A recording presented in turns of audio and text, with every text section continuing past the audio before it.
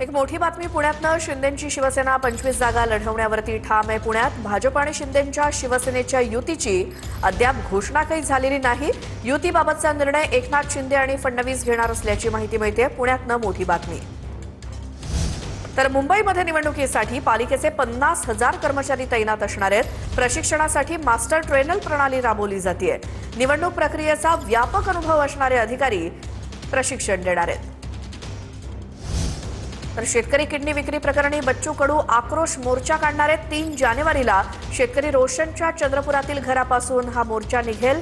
मानवी अवयवाच्या तस्करीची चौकशी व्हावी अशी मागणी बच्चू कडूंची आहे। अडचणीमध्ये असलेल्या शेतकऱ्यांसाठी समिती असली पाहिजे अशी बच्चू कडूंची मागणी आहे।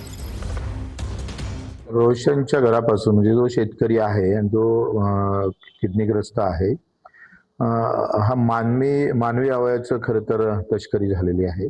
हा लहान विषय नाही आहे आणि असे किती लोक असणार, त्यासाठी एक संशोधन समिती झाली पाहिजे।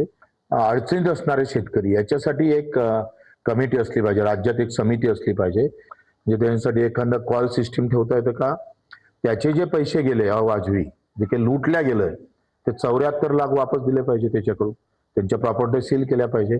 आणि त्याचा जबाब विचारण्यासाठी आम्ही 3 तारखेला मोठं आंदोलन, लॉंग मार्च, आक्रोश मोर्चा आम्ही काढतो आहे। आता बातमी पुण्यातनं पुण्याच्या शिरूरमध्ये वनविभागाच्या पिंजऱ्यामध्ये 6 वर्षांची मादी बिबट्या जेरबंद झाली आहे। पिंपरखेड परिसरामध्ये वनविभागानं लावलेल्या पिंजऱ्यामध्ये आतापर्यंत 28 बिबटे जेरबंद झालेत। अद्यापही या परिसरात बिबट्यांची संख्या मोठ्या प्रमाणात आहे आणि नुकतीच एक मादी बिबट्या या लावलेल्या पिंजऱ्यामध्ये जेरबंद झाली। लांब जाऊन सोडवा